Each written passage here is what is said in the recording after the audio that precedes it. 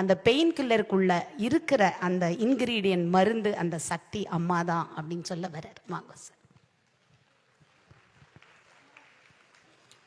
ஸ்ரீசக்கர வரதாச்சாரியம் சுத்தசத்வ குருத்தமம் ஸ்ரீநிதிம் ராகவம் வந்தே he அபார கருணாகரம். எல்லோருக்கும் அடியனுடைய நமஸ்காரம். துருவனை பற்றி எல்லாரும் கேள்விப்பட்டிருப்பீங்க. 5 வயசு பையன் பகவானை குறித்து தபஸ் பண்ணா. பகவான் அவனுக்கு போல் ஸ்டார் என்று துருவ பதவின்னு பெரிய ஸ்தானத்தை கொடுக்கிறார். பத்ரிநாத்தில் யமன் தலையில கால் வச்சு விமானத்தில் ஏறுறான்.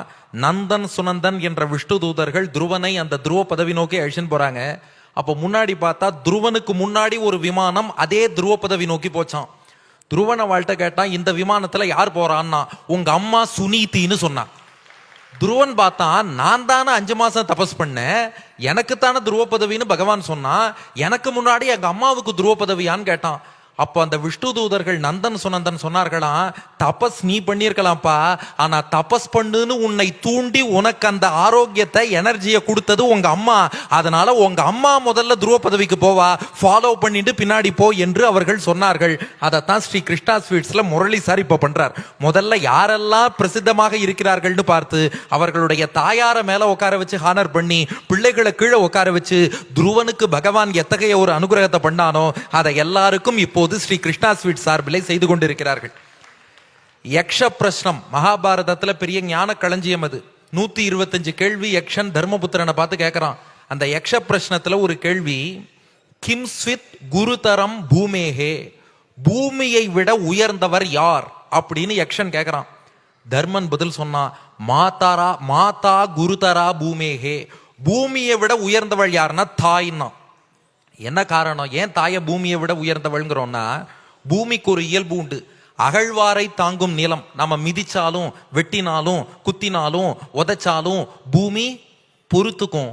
ஆனா அம்மா ஏன் ஒருபடி மேல்னா, நாம திட்டினாலும் கோபப்பட்டாலும் அவமானப்படுத்தினாலும் பொறுத்துக்கிறது இல்லை, சந்தோஷப்படுவா. என் பையன் தானே திட்டினான், ஆகா என்ன அழகா என் பையன் பேசுறான். அதுதான் வித்தியாசமா. பூமி பொறுத்து கொள்வாள், ஆனா நீ அவமதித்தாலும் தாய் என்பவள் அதை பார்த்தும் சந்தோஷப்படுவா.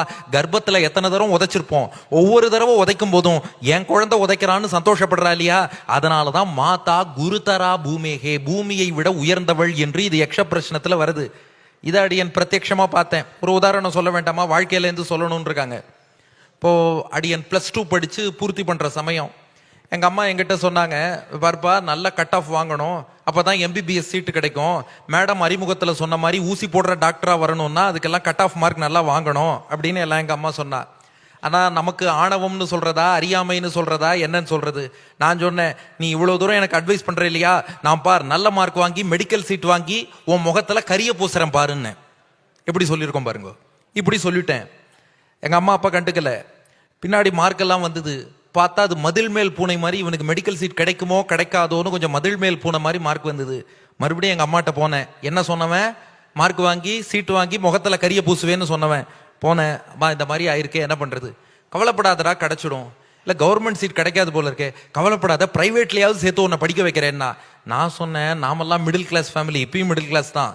நம்மளை ஏதோ கற்பனை பண்ணிட்டு இருப்பா நிறைய பேர், எப்போவுமே மிடில் கிளாஸ் தான். நான் சொன்னேன், நமக்கு அதெல்லாம் கட்டுப்படி ஆகாதே. 2007 அது. 25 லட்சம் 30 லட்சம் 40 லட்சம்னு சொல்கிறாளே, இதெல்லாம் எப்படி மாறினேன். பரவாயில்லடா, என் நகையெல்லாம் வித்தாவது நான் உன்னை படிக்க வைப்பேன், நீ டாக்டர் ஆகணும்னு எனக்கு ஆசை. என் நகையெல்லாம் எதுக்கடா இருக்கு, நான் வித்து உன்னை சேர்த்து எப்படியாவது டாக்டர் ஆக்கிடுறேன்னா.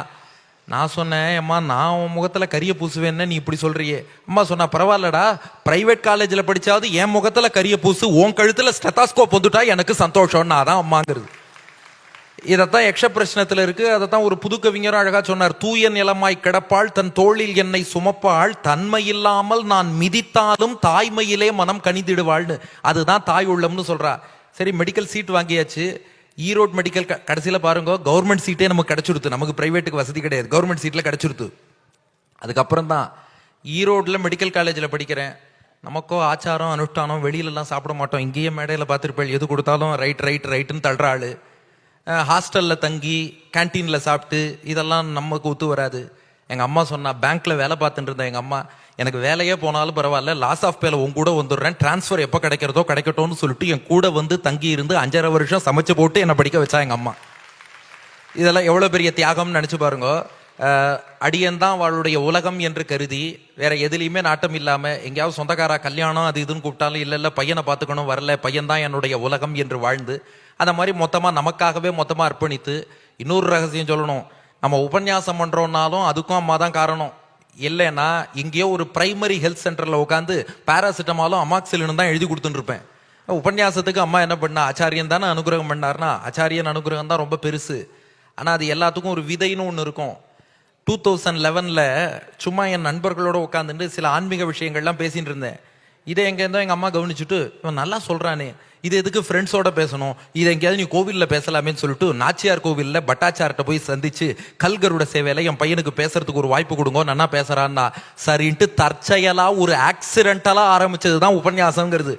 ஆனால் அதுக்கப்புறம் அது இவ்வளோ தூரம் நம்மள டாக்டர்னு தெரியுமோ இல்லையோ உபன்யாசகர்னு எல்லாருக்கும் தெரியும்னா அதுலேயும் அம்மாவுடைய பங்குங்கிறது பெருசாக இருக்குது.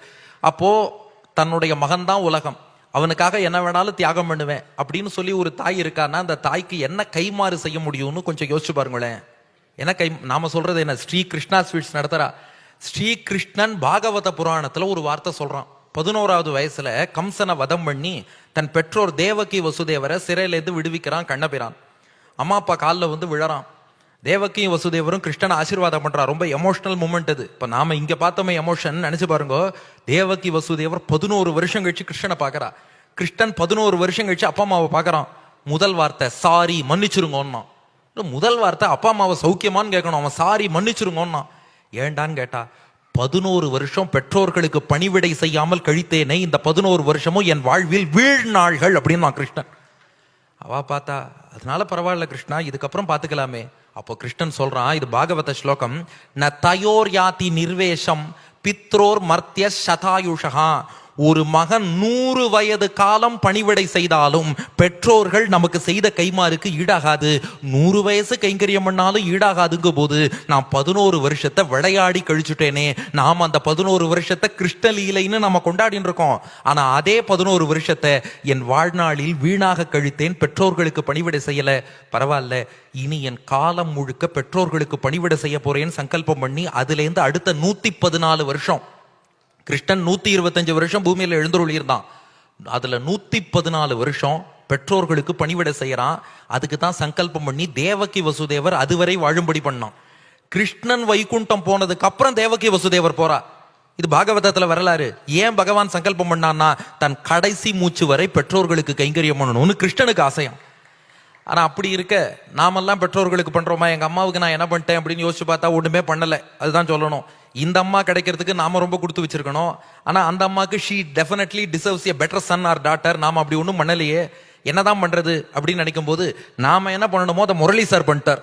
அவர் சிறப்பா ஒரு விழாவை ஏற்பாடு பண்ணி ஒவ்வொரு பிள்ளைகளும் அவ அம்மாவை எப்படி ஹானர் பண்ணணுமோ அதையெல்லாம் பின்னாடி அன்சங் ஹீரோ, எங்க அப்பா எப்படி எங்க அன்சங் ஹீரோன்னு எங்க அப்பா உட்காந்துருக்காரோ அது போல முரளி சார் அன்சங் ஹீரோவாக இருந்து அவர் எல்லா பெற்றோர்களையும் ஹானர் பண்ணி, இப்ப என்ன ப்ராப்ளம் ஆயிடுச்சுன்னா அம்மாவுக்கு கூட ஏதோ ஒரு விதத்துல நன்றியை செலுத்தியாச்சு. இப்ப முரளி சாருக்கு எப்படி நன்றி சொல்வது என்று தெரியாமல் அடியை நிறைவு செய்கிறேன். நன்றி, வணக்கம்.